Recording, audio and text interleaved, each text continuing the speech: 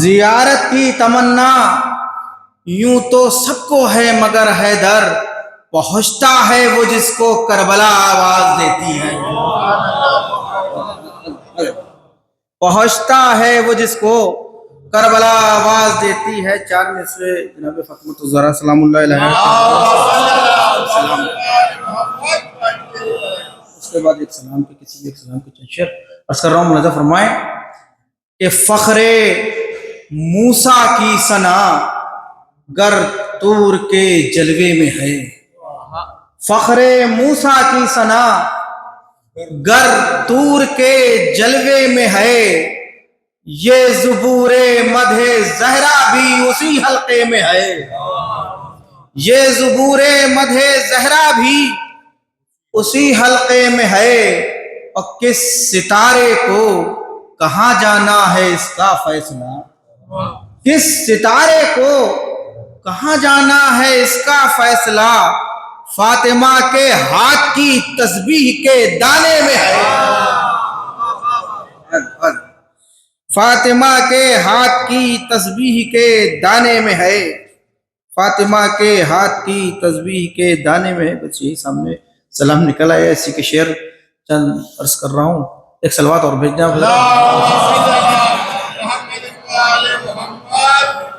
مطلب عرض کر رہا ہوں کہ ازاں کے فرش کو اشک غم شے سے سجا دیں گے. ازاں کے فرش کو اشک غم شے سے سجا دیں گے. جہاں جنت نظر آئے گی ہم وہ آئینہ دیں گے. جہاں جنت نظر آئے گی ہم وہ آئینہ دیں گے.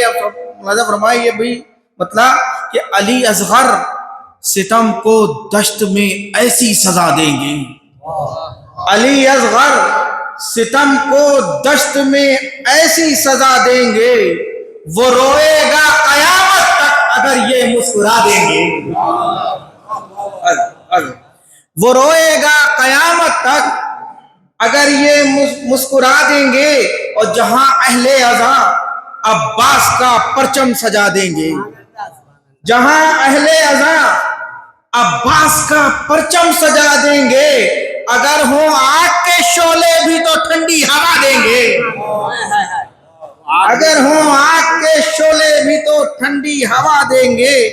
دیکھیں کسی شاعر کا ایک شعر ہے, اس سے خیال پیدا کیا ہے. ملاحظہ فرمائیں کہ ہوا کی بات کیا آواز کا رستہ نہیں ہوگا. ہوا کی بات کیا آواز کا رستہ نہیں ہوگا. نشا تلوار سے عباس جو رن میں بنا دیں گے. نشا تلوار سے عباس جو رن میں بنا دیں گے. اور عبادت کر رہے ہیں سید سجاد مقتل میں. عبادت کر رہے ہیں سید سجاد مقتل میں. یہ سجدے کربلا کے کعبے کی عظمت بڑھا دیں گے. یہ سجدے کربلا کے کعبے کی عظمت بڑھا دیں گے. یہ سجدے کربلا کے کعبے کی عظمت بڑھا دیں گے. اور لحد میں اپنی پہنچے گا. لحد میں اپنی پہنچے گا جو کر کے ماتم زنجیر. لحد میں اپنی پہنچے گا جو کر کے ماتم زنجیر. فرشتے پشت اس کی سرخ پھولوں سے سجا دیں گے. فرشتے پشت اس کی سرخ پھولوں سے سجا دیں گے. بس دو شعر ملاحظہ فرمائیں. عرض کر رہا ہوں کہ جو آنکھیں منتظر ہیں انتقام خون سرور کی. جو آنکھیں منتظر ہیں انتقام خون سرور کی. اگر وہ سو بھی جائیں تو امام ان کو جگا دیں گے. اگر وہ سو بھی جائیں تو امام ان کو جگا دیں گے. دیکھیں آپ جانتے ہیں کہ روضہ حضرت عباس پر جو پانی ہے وہ کیوں رکا ہوا ہے. ملاحظہ فرمائیں. عرض کر رہا ہوں کہ اگر وہ سو بھی جائیں تو امام ان کو جگا دیں گے. جو آنکھیں منتظر ہیں انتقام خون سرور کی, اگر وہ سو بھی جائیں تو امام ان کو جگا دیں گے. رکا ہے روضہ عباس میں یہ سوچ کر پانی. رکا ہے روضہ عباس میں یہ سوچ کر پانی، میرے مولا میرا قد حوض کوثر سے بہا دیں گے، میرے مولا میرا قد حوض کوثر سے بڑھا دیں گے، عزا کے فرش کو اشک ہمیشہ سے سجا دیں گے، جہاں جنت نظر آئے گی ہم وہ آئینہ دیں۔ حضرات چار مصرے حضور آپ کو بطور اپنے والد مرحوم تنویر سحری کے چار مصرے پیش کرتا ہوں امام حسین علیہ السلام کے حوالے سے کہ حسین آپ سا دنیا میں آ سکا نہ کوئی، حسین آپ سا دنیا میں آ سکا نہ کوئی، مقام آپ سا دنیا میں پا سکا نہ کوئی، حسین آپ سا دنیا میں آ سکا نہ کوئی، مقام آپ سا دنیا میں پا سکا نہ کوئی، اور عقیدتوں کے دیوں کو بجھا سکا نہ کوئی، عقیدتوں کے دیوں کو بجھا سکا نہ کوئی، اور چراغ گل بھی کیے پھر بھی جا سکا نہ کوئی، کہ چراغ گل بھی کیے پھر بھی جا سکا نہ کوئی۔ آئیے حضرات ان چار مصروں سے اور چار مصرے پیش کر رہا ہوں، اور اس شخصیت کی خدمت میں گزارش کہ وہ مجلس کو خطاب فرمائے، مولانا صدر جونپوری صاحب جو کسی تعارف کا محتاج نہیں ہے بلکہ تعارف ان کی شخصیت کا محتاج ہے، بیرون ملک اور ہندوستان میں بھی ایک اپنا الگ مقام رکھتے ہیں۔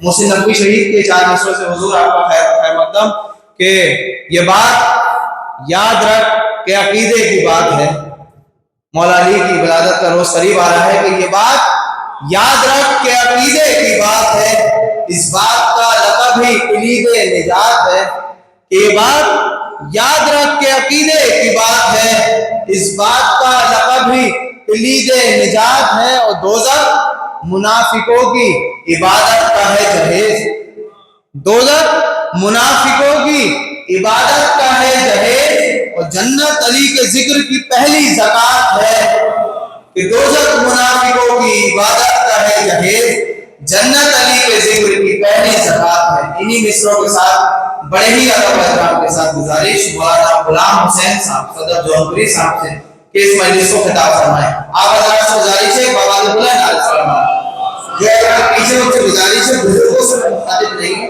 کہ یہاں آگے تشریف لے رہے ہیں، خدا کام کر لیں، اور جو حضرات رضا خانے کے باہر ہیں وہ پھر سے رضا پر تشریف لیں۔ بابا بلند عرض صلوات۔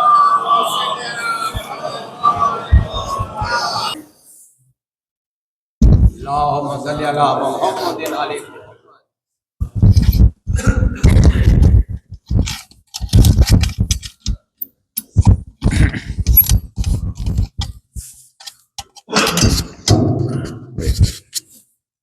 درخواست گزار ہوں ایک مرتبہ سورہ فاتحہ اور 3 مرتبہ سورہ توحید کی تلاوت فرما کر سید شاکر رضا مرحوم ابن سید رضا حسین کی روح کو اشارہ۔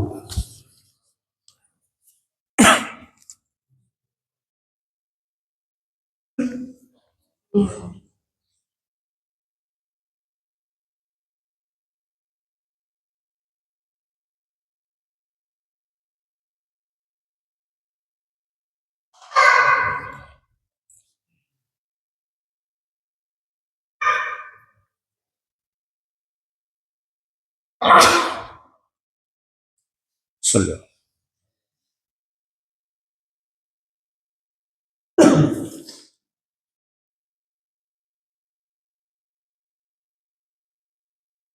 رحم اللہ من قرأ الفاتحہ۔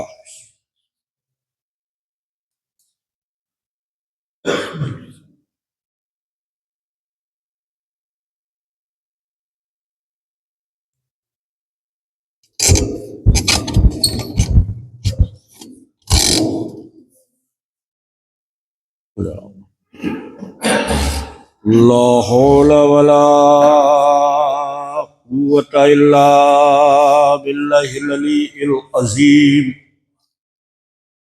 اعوذ باللہ السمیع العلیم من الشیطان اللعین الرجیم، بسم اللہ الرحمن الرحیم۔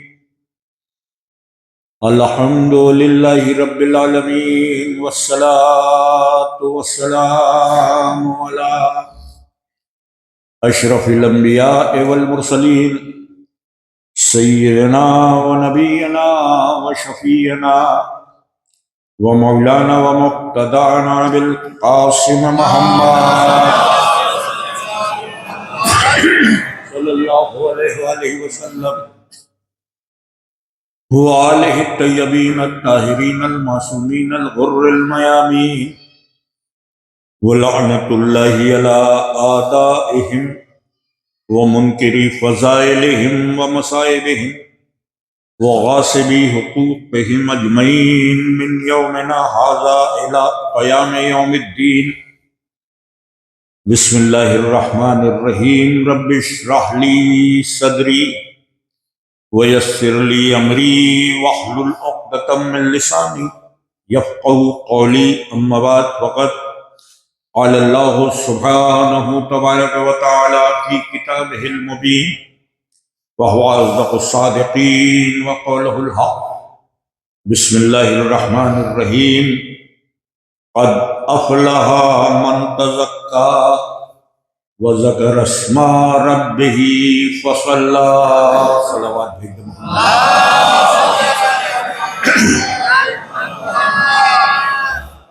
برادران ایمانی، ایک مرحوم مغفور محب اہل بیت عزادار امام مظلوم کے ایصال ثواب کے لیے اس مجلس کا انعقاد کیا گیا ہے، اور مجھ کجمج بیان کو یہ شرف میسر ہوا کہ میں ذکر کی سعادت حاصل کروں۔ میں نے قرآن حکیم کا سورہ نشان 87 سورہ اعلیٰ، اس کی 14ویں اور 15ویں 2 آیتوں کی تلاوت کا شرف حاصل کیا۔ اسی کے ذیل میں آپ حضرات کے روبرو کچھ معروضات حاضر کرنا مقصود ہیں۔ اللہ رب العزت نے ان 2 آیتوں میں کامیابی کے اصول بتائے، اس لیے کہ ہم اور آپ اور سب کا مطمع نظر کامیابی ہے۔ کوئی دنیا میں ناکامی نہیں چاہتا، سب کامیابی چاہتے ہیں۔ آپ بھی کامیاب ہونا چاہتے ہیں، ہم بھی کامیاب ہونا چاہتے ہیں، اور جو جس کی فیلڈ ہے اس فیلڈ میں وہ کامیابی چاہتا ہے۔ کوئی ڈاکٹر ہے تو وہ چاہتا ہے کامیاب ڈاکٹر ہے، کوئی انجینئر ہے تو وہ چاہتا ہے کامیاب انجینئر ہے، کوئی کاروباری ہے تو وہ چاہتا ہے کہ کامیاب کاروباری ہے، کوئی شاعر ہے تو وہ چاہتا ہے کہ کامیاب شاعر، کوئی خطیب ہے تو وہ چاہتا ہے کہ کامیاب خطیب۔ تو سب کے میدان الگ الگ ہو سکتے ہیں، مقصد ایک ہی ہے، کامیابی۔ اس کے علاوہ کوئی مقصد نہیں۔ ہم کامیاب زندگی گزارنا چاہتے ہیں، ہم ناکام ہو کے جینا نہیں چاہتے، ہم کامیاب ہو کے جینا۔ اب ظاہر ہے کہ ہم انسان ہیں، ہم مخلوق ہیں، اور جو ہمارا خالق ہے وہ ہم کو ہم سے بہتر جانتا ہے۔ جتنا ہم اپنے آپ کو نہیں جانتے ہیں، اس سے زیادہ ہمارا رب ہمیں جانتا ہے۔ تو وہ جب طے کرے گا کامیابی، تو ہمارے لیے ہر اعتبار سے کامیابی ہے۔ اب زندگی کے ہر میدان میں کامیابی کے حصول کے نہج الگ الگ ہیں،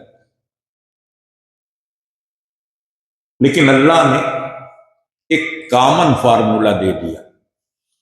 ارشاد ہوا قد افلح من تزکا، وہ کامیاب ہو گیا جس نے اپنے نفس کو پاک کیا.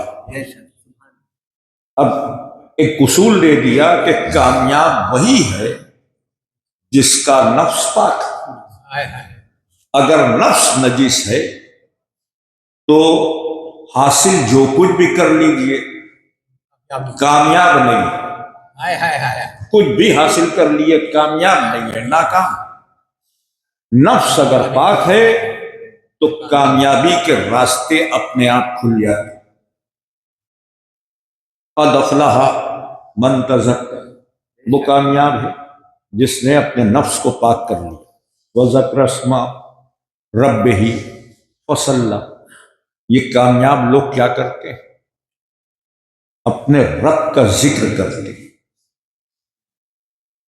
اور اس کی نمازیں پڑھتے ہیں.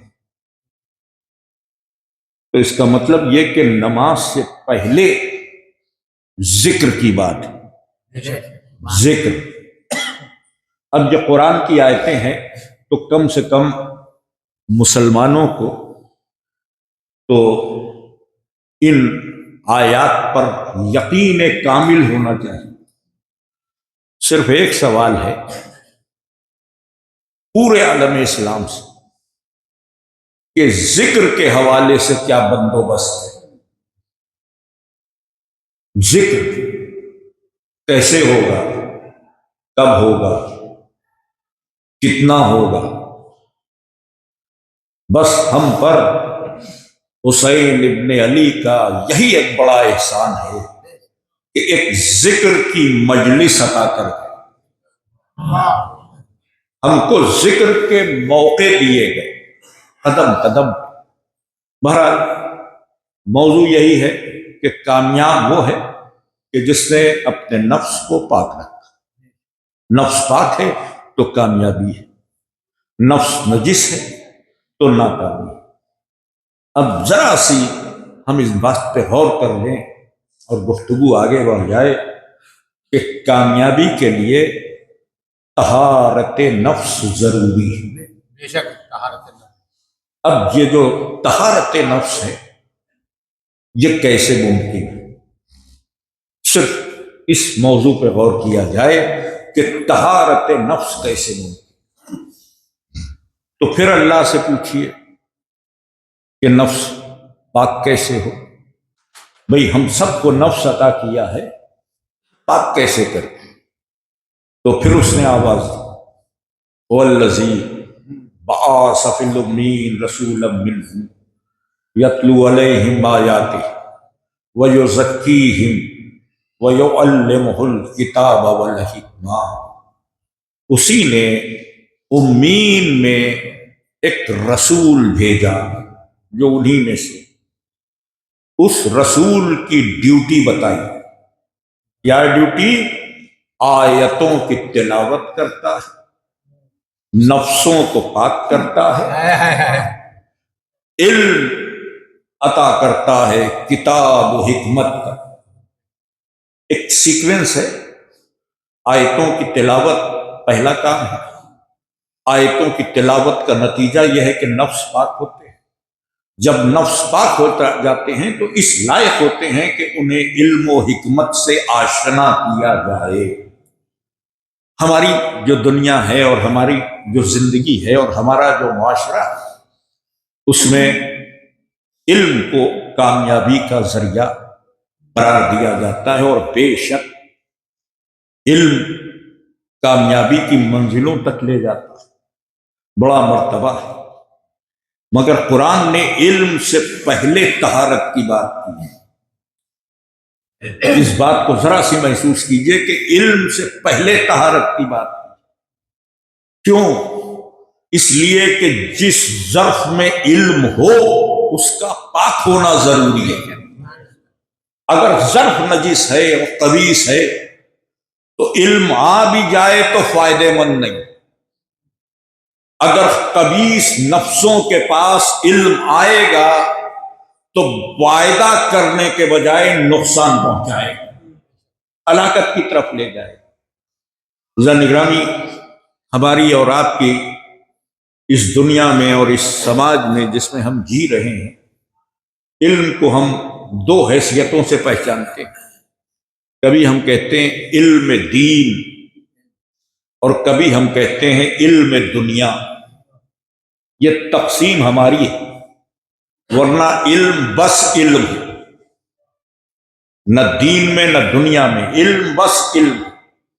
اور ظاہر ہے کہ موضوع علم نہیں ہے، لیکن عرض کرنا ہے کہ اگر ہم یہ مان لیں کہ دین کا علم اور دنیا کا علم دو علم مان لیں. علم دین کیا ہے کہ بچہ مدرسے جا رہا ہے، قرآن پڑھ رہا ہے، پڑھتے پڑھتے تفسیر پڑھنے لگا، حدیث پڑھنے لگا، فقہ پڑھنے لگا، اصول فقہ پڑھنے لگا. ہم نے کہا اس نے علم دین حاصل کیا.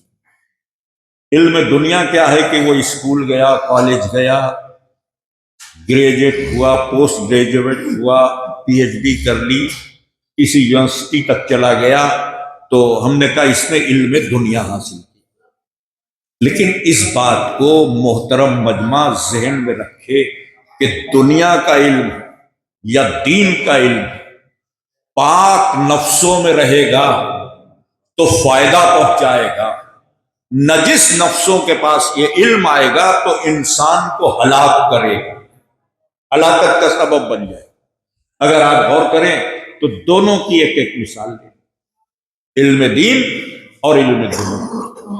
علم دنیا میں جو سب سے بڑا نام آج کی ڈیٹ دنیاوی طور پر جس کی علمی شخصیت کا لوہا پوری کائنات مان رہی ہے دنیاوی اعتبار پر، وہ نام ہے البرٹ آئنسٹائن.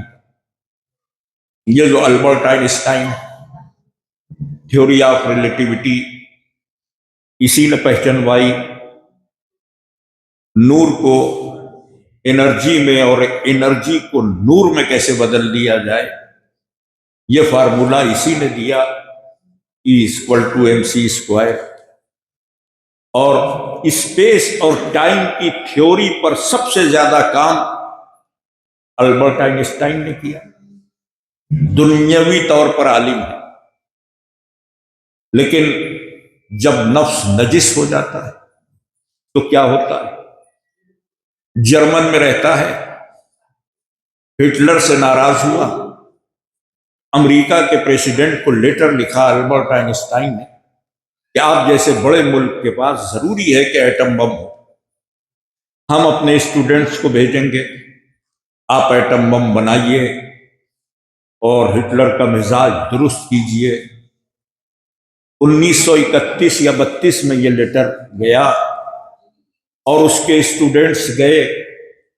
1939 میں دنیا کا پہلا ایٹم بم بن گیا. 1939 میں جو ایٹم بم بنا وہ 1945 میں جاپان پر گرا دیا گیا. 39 میں بنا تھا، 45 میں ایٹم بم یوز ہوا. بنوانے والے نے ہٹلر کے لیے بنوایا تھا، گرا جاپان پر. اور جب وہ ایٹم بم گرا تو دنیا نے دیکھا کہ لاکھوں وجود ودن سیکنڈ، ایک لمحے میں لقمہ اجل بن گئے، موت کی آغوش میں سو گئے لاکھوں لوگ. اور اس ابتدائی ایٹم بم کا سلسلہ آج بھی اپنے اثرات کو باقی رکھتے ہوئے. جہاں ایٹم بم گرا تھا فضا ایسی آلودہ ہوئی کہ اس کے بعد جو بچے پیدا ہوئے لولے لنگڑے پیدا ہوئے. یہ ایک ایٹم بم، یہ ایک ایٹم بم جس نے دنیا کو ہلاکت اور موت کے منظر دکھا دیے. کیا جاہل نے بنائے تھے؟ عام لوگ تھے، نہایت ذہین اور پڑھے لکھے لوگ تھے جنہوں نے ایٹم بم بنایا. کیوں بنا دیا؟ نفس جب نجس ہو تو عالم اسی طرح دنیا کو برباد کر دے. یہ نفس کی نجاست تھی. اب اور میں کہ کبھی ہوا نفس. حالانکہ بعد میں آئنسٹائن کو جب ہوش آیا تو پوری دنیا میں اس نے دورے کیے، لوگوں کو روکا کہ یہ ہلاکت ہے، ادھر نہ جاؤ. مگر جو کام ہو گیا وہ آگے ہی بڑھتا رہا۔ آج کی دنیا، آج جو اسلحے، میزائلز، ایٹم بم، ہائیڈروجن بم، جو کچھ ہے، یہ جو بن رہا ہے، کون بنا رہا ہے؟ جاہل لوگ نہیں بنا رہے، دنیا کے مانے ہوئے برین ہیں، صاحبان علم۔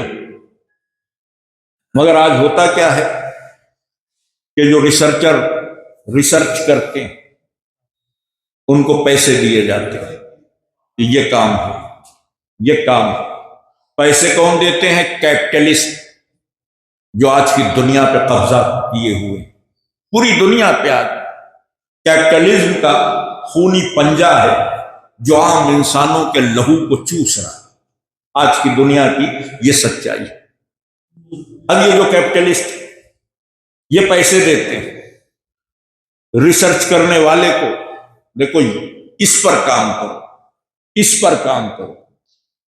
بڑی بڑی فارماسیوٹیکل کمپنیز جو دوائیں بناتی، وہ کمپنیز دوا بنانے والوں پر اس حد تک قابو رکھتی ہیں کہ یہ بنے اور یہ نہ بنے، ورنہ کیا وجہ ہے کہ جو دماغ ایٹم بم بنا لے، میزائل بنا لے، وہ کینسر کی دوا نہ بنا پائے؟ اب غور کیجئے، شوگر مرض بھی نہیں، ڈس آرڈر کہا گیا، علاج نہیں، صرف علاج نہیں، کام نہیں ہو رہا۔ اگر شوگر کا علاج آ جائے تو یہ جو کروڑوں کا بزنس ہو رہا ہے دوا کے نام پر، صبح ایک گولی کھاؤ، شام ایک گولی کھاؤ، اس بزنس کا کیا ہوگا؟ اپنے مالی مفاد کے لیے چاہے اکٹھا انسانیت کا قتل کرنا پڑے یا دھیرے دھیرے انسانیت کو مارنا پڑے، یہ کام عالموں کی طرف سے ہوتا ہے، جاہلوں کی طرف سے۔ عالم یہ کام کیوں کرتا ہے جبکہ علم کا اتنا مرتبہ ہے؟ صرف اس لیے کہ نفس نجس ہوتا ہے تو اس کا علم نقصان دہ بن جاتا ہے۔ نفس نجس ہے تو علم نقصان دہ، جو دنیا میں ہے وہی دین میں۔ ایسا نہیں ہے کہ دین کے عالم کچھ بہت الگ سے ہیں، کچھ بڑے مقدس ہیں، ایسا کچھ نہیں۔ یہ جو علم دین حاصل کرتے ہیں، یہ جو بڑے بڑے نام حاصل کرتے ہیں، محقق ہیں، مفکر ہیں، مفسر ہیں، مفتی ہیں، سب کچھ ہیں، مگر دے کیا رہے ہیں؟ کیا دے رہے ہیں؟ مذہب کے نام پر، مذہب کے نام پر جو قتل و خون ہے، جو دہشت گردی ہے، وہ مذہبی ملاؤں کی دین ہے۔ معاف کیجیے گا، میں ان کو علماء کہنا بھی نہیں پسند کرتا جو صحیح دین نہ سکھا سکتے، اس لیے میں نے ملا کا لفظ منتخب کیا کہ یہ مذہبی ملاؤں کی دین، یہ چاہے اسلام میں ہو، یہ چاہے ہندوازم میں ہو، یہ چاہے کرسچینٹی میں ہو، یہ چاہے جیوزم میں ہو، مذہبی نفرتیں ملاؤں کے گھر سے برآمد ہوتی ہیں، انسانوں کو ان کے خون میں نہلا دیتی، یہ ملائیت۔ اب غور کیجئے کہ القاعدہ سے لے کر داعش تک کی جو تنظیمیں ہیں، کیا ان کو رامپور کے رکشے والے چلا رہے، منڈی کے کبڑیے چلا رہے؟ نہیں، مفکر اسلام ہیں، مفتی اعظم ہیں۔ فتویٰ یہ ہے کہ مسجد میں بم باندھ کے کود جاؤ، 70 حوریں ملیں گی۔ ایک شیعہ مار دیا تو جنت تو واجب ہو۔ یہ فتوے ہیں ریٹن میں۔ اب میں یہ فتوے جاہل نہیں دے رہے، علم دین حاصل کرنے والے ملا یہ فتوے دے رہے۔ کیوں ایسے فتوے آ رہے؟ دین کا علم تو حاصل کیا مگر نفس نہ پاک کر سکے۔ یاد رکھیے کہ جب نفس نجس ہوتا ہے، جب نفس نجس ہوتا ہے تو عالم نہیں، علم تو آ جائے گا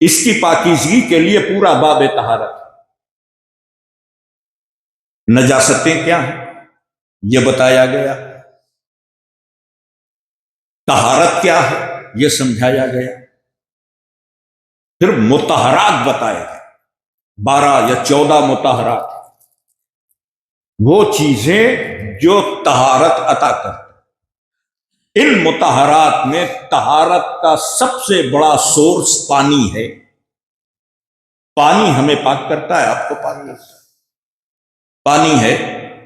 پانی نہ میسر ہو تو مٹی ہے، مٹی بھی پاک کرے گی. دھوپ نکل آئے تو دھوپ بھی پاک کرے گی. یہ سب مطہرات، خود تو پاک ہیں، دوسروں کو بھی پاک کریں. ہمارے پاس جو اللہ نے سب سے بڑا طہارت کا وسیلہ قرار دیا وہ پانی کو قرار دیا. یہ مطہر ہے. درخت کی پتی طاہر ہے، لکڑی طاہر، اتنی طاہر ہے کہ لکڑی کی جگہ پہ آپ سجدہ کریں پاک.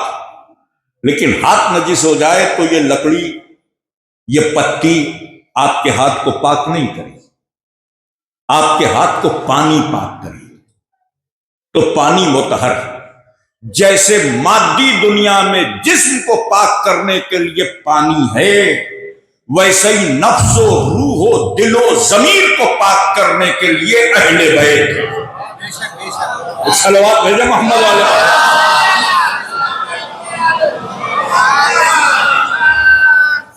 اور میں کہ یہ اہل بیت کیا تھا، یہ پاک کرتے ہیں، یہ پاک کرتے ہیں، یہ مطہر. اب یہ جو پانی ہے اس کی 3 قسمیں شریعت نے بتائی. آب قلیل، یہ مطلب تو ہوتا لوام و توضیح میں بچے پڑھتے ہیں اور پڑھنا چاہیے. آب کثیر. تیسری قسم ہے آب بحر. قلیل کم پانی، کثیر زیادہ پانی.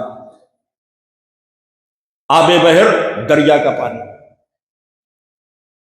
اب یہ جو قلیل ہے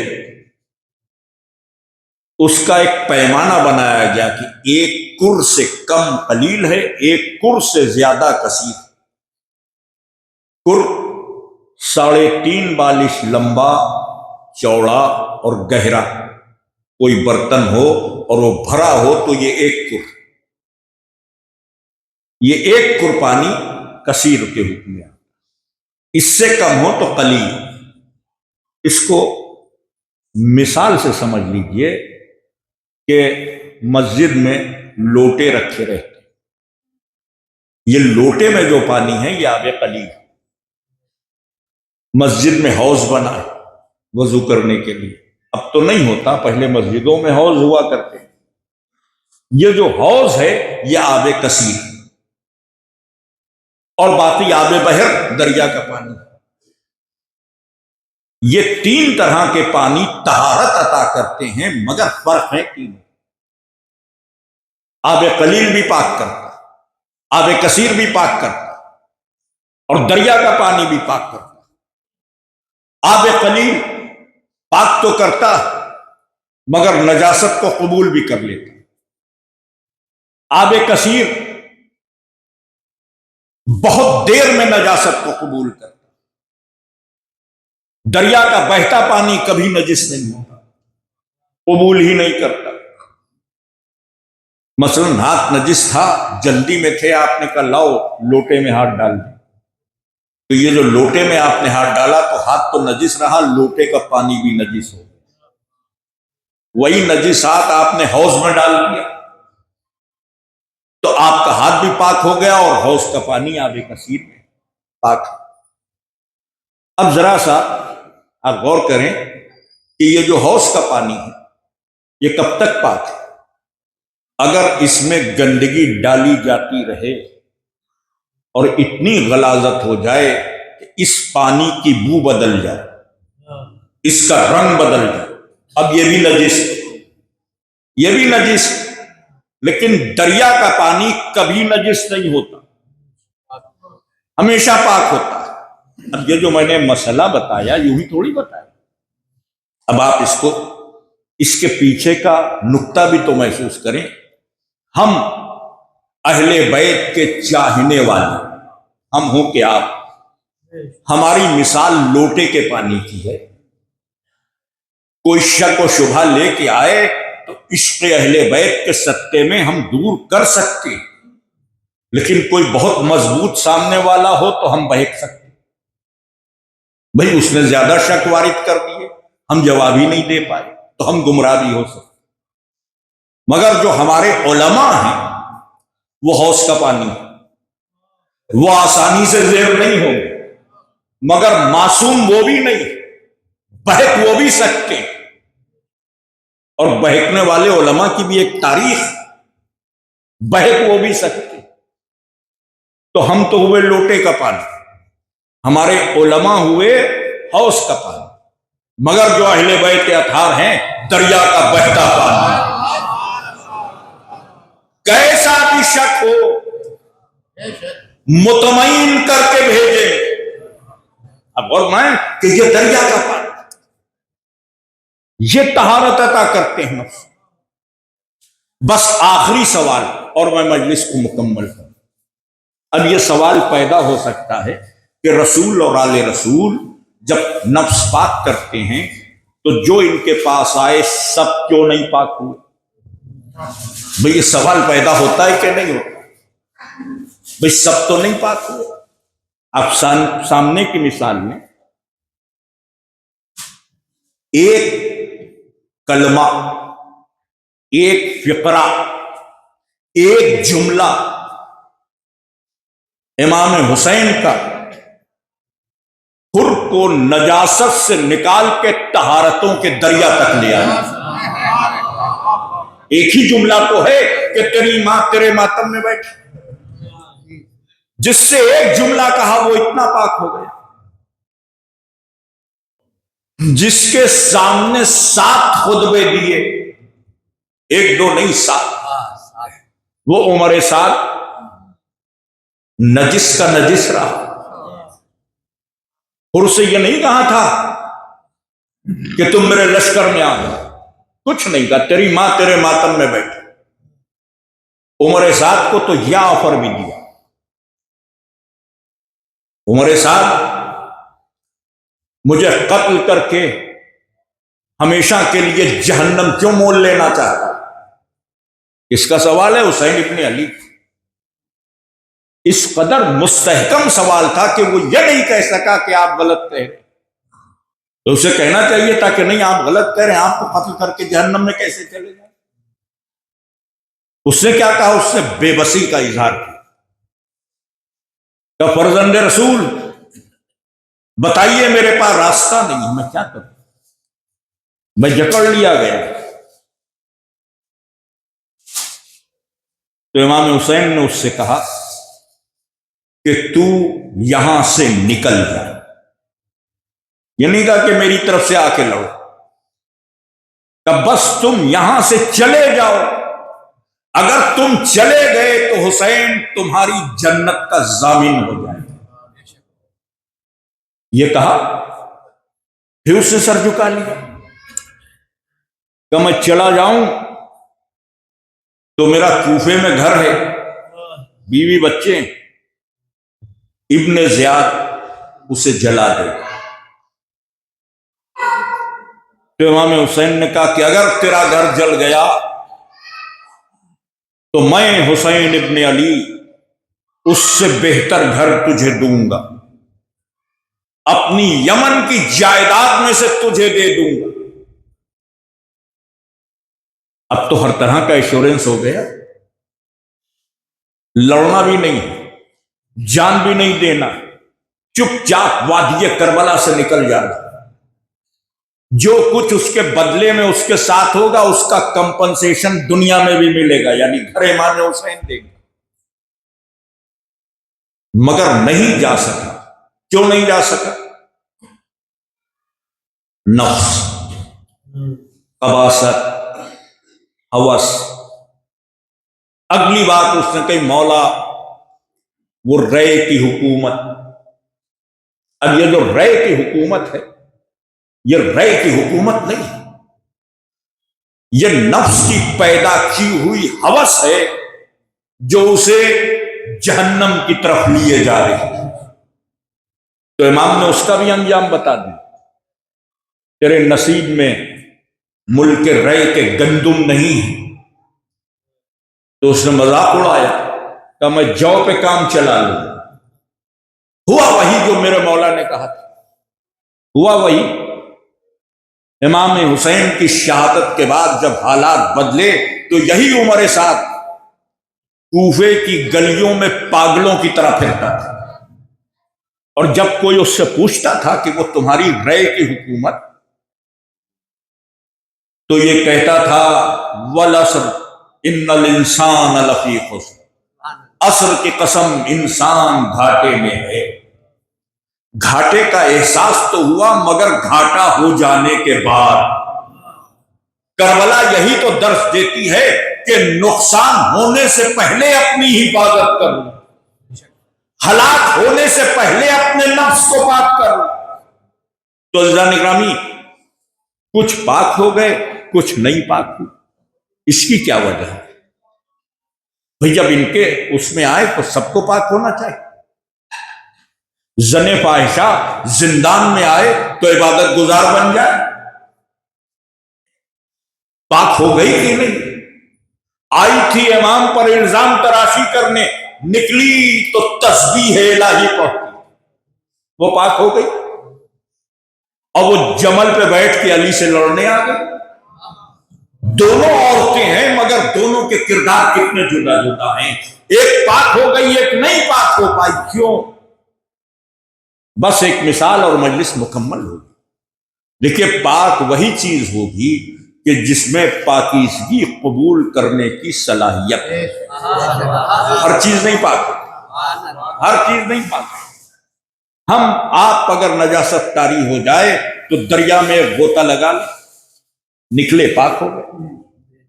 اب آپ نے اپنے گھر کی حفاظت کے لیے ایک کتا پال لیا، پھر آپ کو خیال آیا کہ میں شیعہ مولا کا چاہنے والا، حسین کا عزادار، میرے گھر فرش عزابشتہ، یہ کتا نجس، میں تو اسے پاک کروں گا، پاک کتا پالوں گا.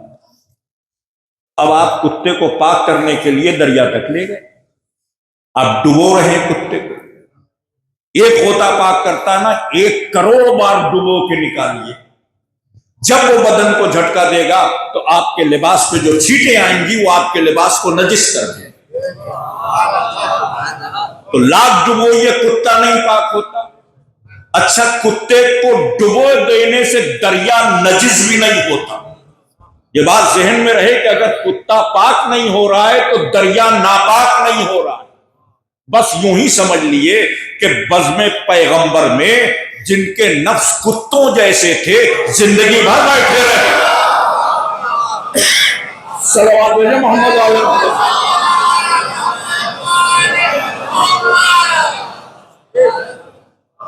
پھر وہ پاک نہیں ہو سکتے کیونکہ ان کی اپنی ٹیکنیکل پرابلم ہے، وہ نہیں پاک ہو سکتے کیونکہ صلاحیت ہی نہیں ہے کہ نفس پاکیزگی کو قبول کرے. جہاں صلاحیت ہوتی ہے وہاں مقدر بدل جاتا ہے. کبھی کبھی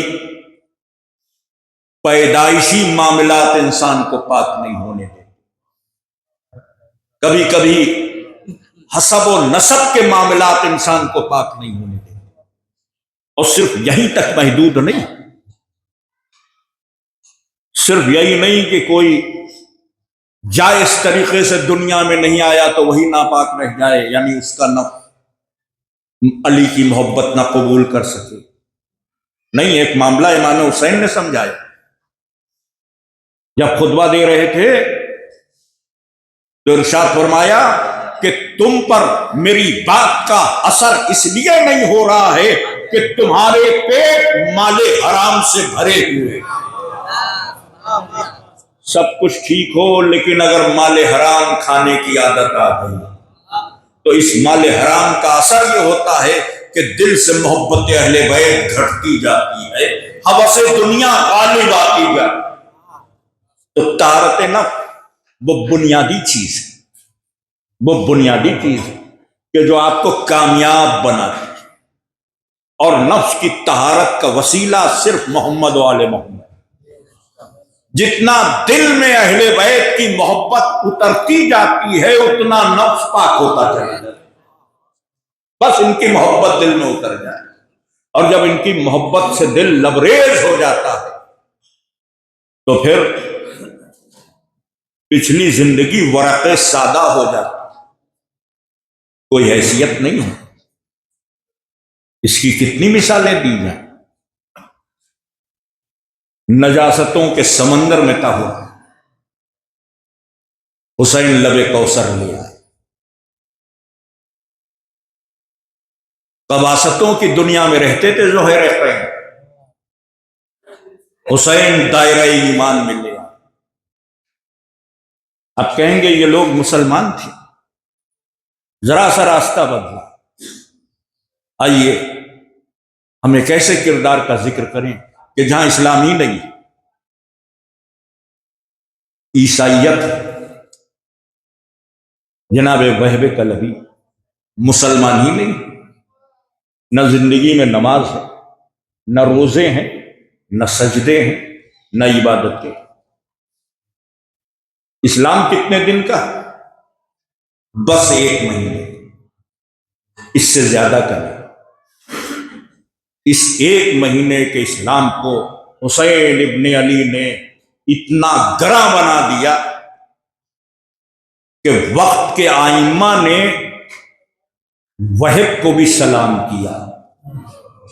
اس سے بڑا مرتبہ کیا ہوگا کہ امام عصر کہے کہ پاک ہو تم اور پاک ہو گئی وہ زمین جہاں تمہارا خون بہہ گیا۔ اس سے بڑا کیا رتبہ ہو سکتا؟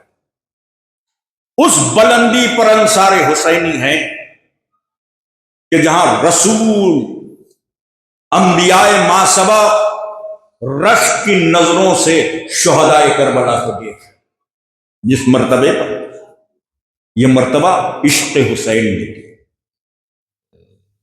پورے وجود کو طہارتیں عطا کی۔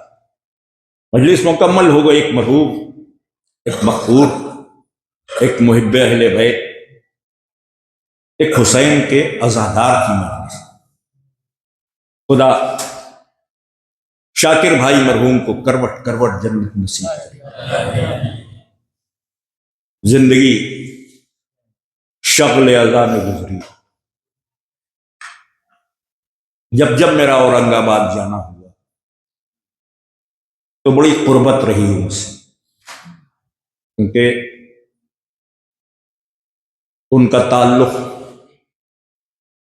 لکھنؤ سے بھی تھا، اور میں لکھنؤ سے جاتا تھا تو بڑی محبت فرماتے تھے، بڑی شفقت فرماتے تھے۔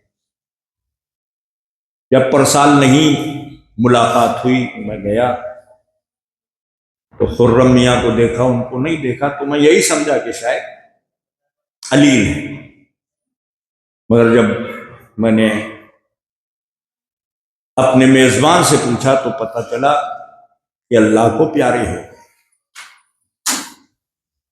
بہرحال آج ان کی مجلس ہے، چونکہ وہ عزادار تھے تو ان کی روح کی تسکین اسی میں، وہ بھی حسین کے چاہنے والے تھے، حسین کے انصار کا تذکرہ ہو جائے، جن کی قربانیاں عدیم المثال، جن کو حسین نے عزتیں بخشی۔ جان گرامی، وہ جن کو نگاہ حسین نے چن لیا، سب تھوڑی آئے تھے، جو مدینے سے آئے تھے وہ خاندان کے لوگ تھے، جو کربلا میں اہل خاندان سے ہٹ کر جمع ہوئے الگ الگ موقعوں پہ۔ مکے سے جب امام حسین چلے تو 9 محرم تک لوگوں کا انتظار، 9 محرم تک لوگ آئے۔ میں عرض کر رہا تھا کہ وہب کلبی 1 مہینے کا اسلام، یہ کوفہ کے رہنے والے اور عیسائی ہیں۔ ان کی ماں کوفے سے ان کو لے کر نکلی، کوفے سے الگ عیسائیوں کا ایک قبیلہ تھا، وہاں گئی شادی کر۔ ظاہر ہے کہ عیسائی ہے تو عیسائی میں شادی کرے گا نا، تو یہ عیسائیوں کے قبیلے میں پہنچی، اپنے بیٹے کی شادی کی۔ باپ کا انتقال ہو چکا ہے، وہ ماں نے پالا ہے، شادی کی ہے۔ اتنی خوشی کی بات ہوگی کہ ماں اپنے بیٹے کی دلہن کو بیاہ کے لا رہی ہے۔ خوش و خرم یہ قافلہ کوفے کی طرف آ رہا تھا کہ راستے میں امام حسین کا قافلہ نظر آیا۔ اب ماں نے کہا کہ بیٹا یہ قافلہ کہاں جا رہا ہے؟ معلوم ہوا کوفہ جا رہا ہے۔ تو ماں نے کہا بیٹے سے کہ ہم اگر اس قافلے کے ساتھ ہو لیں تو حفاظت سے پہنچ جائیں گے، یہ بڑا قافلہ، ہم لوگ مختصر لوگ ہیں، راستے کے خطرات سے محفوظ ہو جائیں گے، لوٹ پاٹ اور دیگر خطرات، ہم محفوظ ہو جائیں گے۔ میں کہوں گا مادر وحب صرف راستہ نہیں محفوظ ہو، ایسی حفاظت ہو گئی کہ یہاں سے لے کر آخرت تک محفوظ۔ یہ چھوٹا سا 3 آدمیوں کا قافلہ جس میں وہب ہیں، وہب کی زوجہ ہیں، وہب کی ماں ہیں، اس بڑے سے قافلے میں ضم ہو گیا۔ قافلہ چلتا رہا اور پھر جب پڑاؤ ڈالا تو خیمے لگائے گئے، جانور آرام کر لیں، مسافر آرام کر لیں۔ جب خیمے لگنے لگے تو وہب نے حسین کے خیموں سے الگ ہٹ کے اپنے خیمے لگائے۔ رات ہو گئی، خیمے لگ گئے، دسترخوان پر کھانا ہو رہا ہے، وہب سنجیدہ اور چپ ہیں۔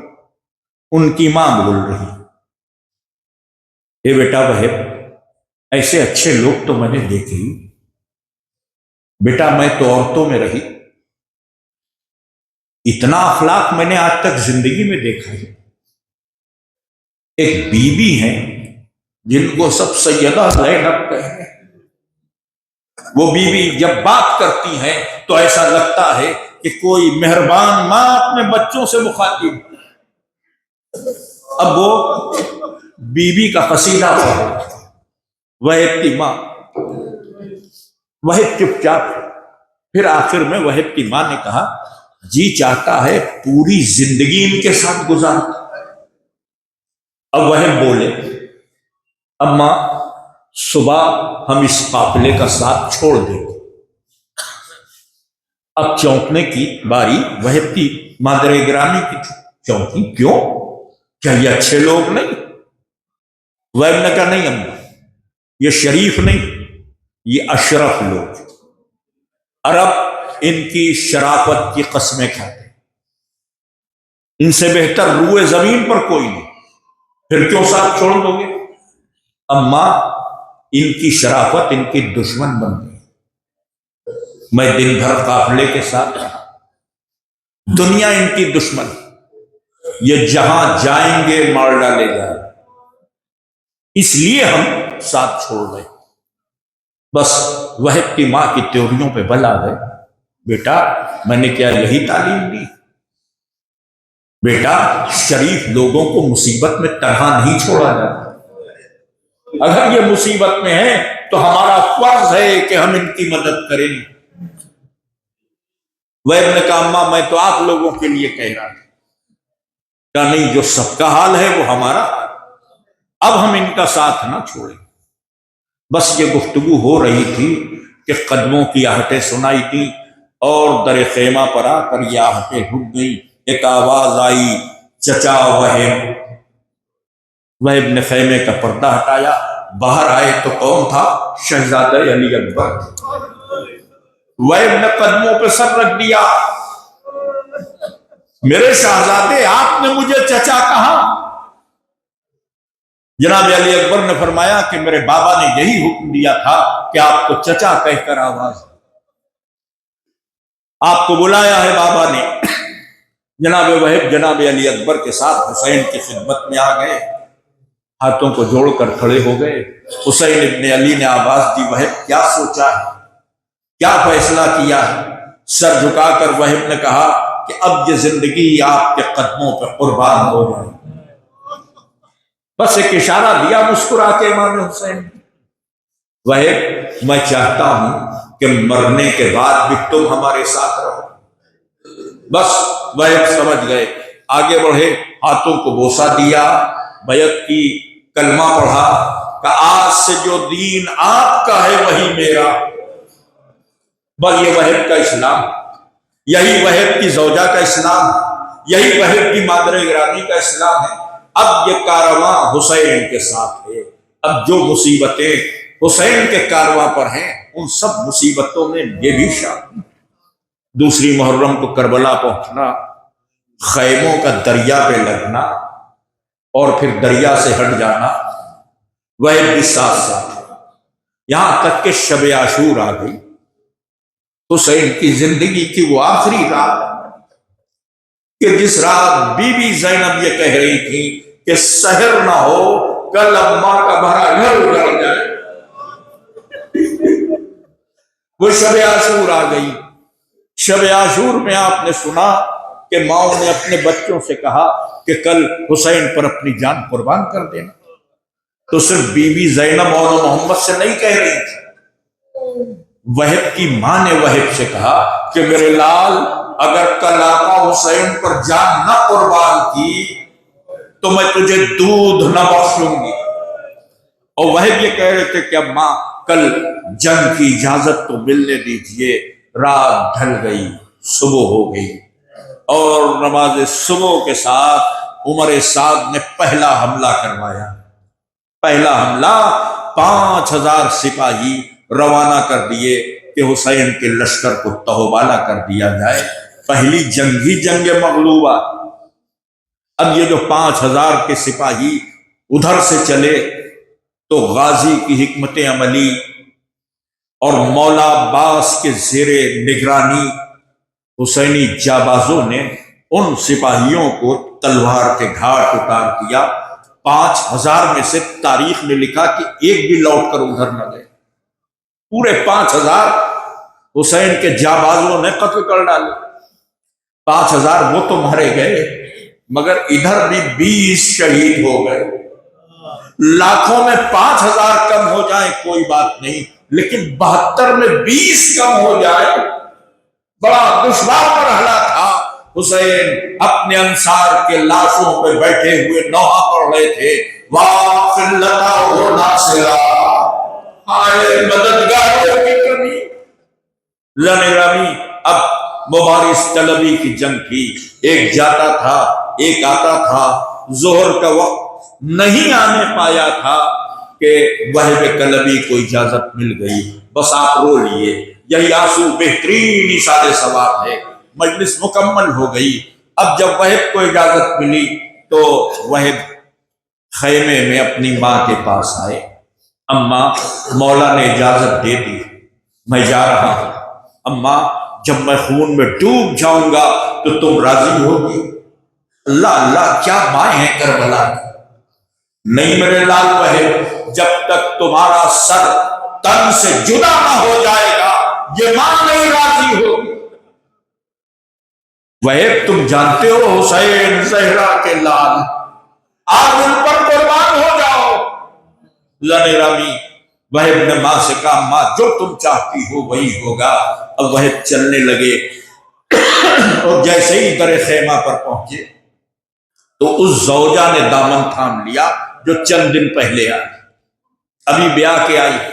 اب جب اس نے دامن تھام لیا تو وہب کی ماں کو یہ لگا کہ شاید روکنا چاہتی، تو وہب کی ماں نے کہا بیٹا یہ تو ابھی آئی، میں نے تو تجھے بچپن سے پالا، میری تمنا یہ ہے کہ تو جان دے دے۔ تو وہب کی زوجہ کو بھی احساس ہوا تو اس نے کہا کہ میں ان کو روک نہیں رہی، پھر کیوں دامن تھاما، کہ بس جانے سے پہلے 2 وعدے لے۔ تو وہب کی زوجہ نے جب یہ کہا تو ماں نے کہا کہ وہب تمہاری زوجہ کیا وعدے لینا چاہتی ہے، سن لو اس کی بات۔ تو زوجہ نے کہا یہاں نہیں، آقا حسین کے پاس چلے. اب وہ اپنی زوجہ کو لے کر مولا حسین کی خدمت میں آئے, ہاتھ کو جوڑ کر کھڑے ہو گئے, سر جھکائے ہوئے وہب کی زوجہ بھی کھڑی ہے, اور وہب کہہ رہے میرے آقا میرے مولا, یہ آپ کی کنیز ہے, میری زوجہ ہے, یہ آپ کے سامنے مجھ سے کچھ وعدے لینا چاہتی ہے. امام گویا ہوئے زوجہ وہب کیا وعدہ ہے؟ تو اب زوجہ وہب نے کہا مولا وہب کو ایک وعدہ کرنا ہوگا. کیسا وعدہ؟ کہ جب جنت میں جائے تو اکیلے نہ جائے, مجھے بھی لے لے. جواب تو وہب کو دینا چاہیے تھا, لیکن قبل اس کے کہ وہب بولتے میرا کریم مولا بولا زوجہ وہب یہ وعدہ حسین کرتا ہے, یہ وعدہ حسین کرتا ہے کہ تم وہب کے ساتھ جنت میں جاؤ گی, جزاکم ربکم خیرا جزا. دوسرا کیا وعدہ لینا ہے؟ کہ مولا دوسرا وعدہ وہب سے نہیں ہے, بس آپ سے ایک اجازت چاہیے, بس یہ اجازت سن لیں. مجلس مکمل ہو گئی. کہ کیسی اجازت چاہیے؟ کہ مولا جب وہب شہید ہو جائے تو اتنی اجازت دے دیے گا کہ میں بی بی زینب کے خیمے میں آ جاؤں. کہ تمہیں اجازت ہے, یہ اجازت کیوں مانگ رہی ہو؟ کہ مولا سب قتل ہو جائیں گے, جب آج سب قتل ہو جائیں گے تو خیمے لوٹے جائیں گے, ہم کو اسیر کرنے کی کوشش کی جائے گی, ہماری چادریں چھینی جائیں گی, ہمارا پردہ اتارا جائے گا. ہم یہ چاہتے ہیں کہ ہم علی کی بیٹی کے خیمے میں, نبی کی نواسی کے خیمے میں چلے جائیں گے تو محفوظ رہیں گے, اس لیے کہ اس خیمے کی طرف کوئی نہ دیکھے گا, وہ رسول ذاتی کا خیمہ ہے. ایک چیخ حسین کے گلے سے نکلی, زوجہ وہب سب سے پہلے جو شعلہ بلند ہوگا وہ میری زینب کے خیمے سے, سب سے پہلے جو چادر چھینی جائے گی وہ میری ہمشیر کے سر سے چادر چھینی جائے گی. ہاں یہی ہوا, جن سروں کو کبھی سورج نے نہیں دیکھا تھا, عصر کے بعد وہی زینب فریاد کر رہی تھی نانا رسول خدا آپ کی نواسی بے ودا ہو گئی. الا لعنت اللہ علی القوم الظالمین, سیعلم الذین ظلموا سیعلم الذین ظلموا ای منقلب ینقلبون انا للہ. درخواست گزار ہوں کہ ایک مرتبہ سورہ فاتحہ اور 3 مرتبہ سورہ توحید کی تلاوت فرما کر سید شاکر رضا مرحوم ابن سید رضا حسین کی